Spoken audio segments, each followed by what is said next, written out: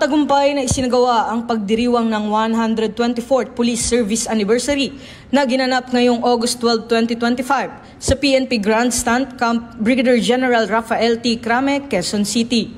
Pinangunahan ng selebrasyon ni Pangulong Ferdinand Bongbong Marcos Jr.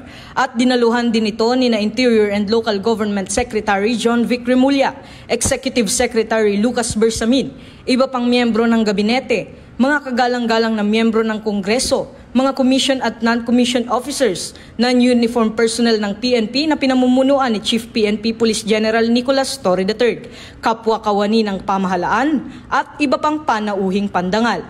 Sa temang pulisya, bantayog ng bayang matatag, layunin ng selebrasyon na kilalanin ang mga natatanging uniform at non-uniform personnel, gayon din ang mga unit ng pulisya na nagpakita ng kahusayan at dedikasyon sa kanilang mga tungkulin.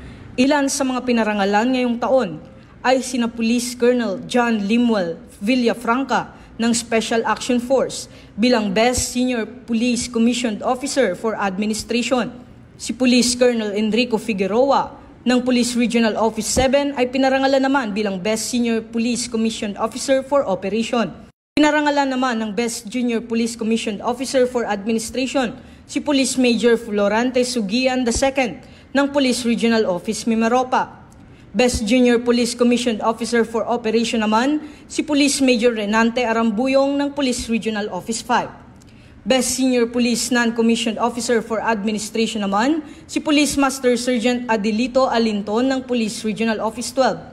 Pinarangalan din si Police Corporal Brens Jan Grageda ng Police Regional Office 5 bilang Best Senior Police Non-Commissioned Officer for Operation. Tumanggap naman ng parangal si NUP Jasmine Ponce ng PNP Information Technology Management Service bilang Best NUP Supervisory Level.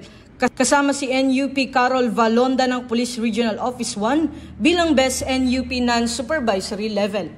Kabilang din sa mga tumanggap ng parangal ang pinakamahusay na mga unit tulad na lamang ng Police Regional Office Cordillera bilang Best Police Regional Office 2024, Cagayan Police Provincial Office bilang Best Provincial Police Office, Iloilo City Police Office bilang Best City Police Office at Eastern Police District bilang Best NCRPO District.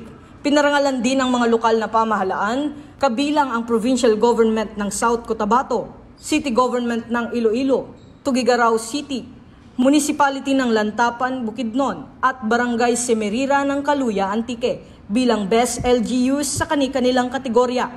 Kinilala rin ang kontribusyon ng non-government organizations na Zelo Incorporated at Bless Our Cup sa pagsuporta sa mga programa ng PNP.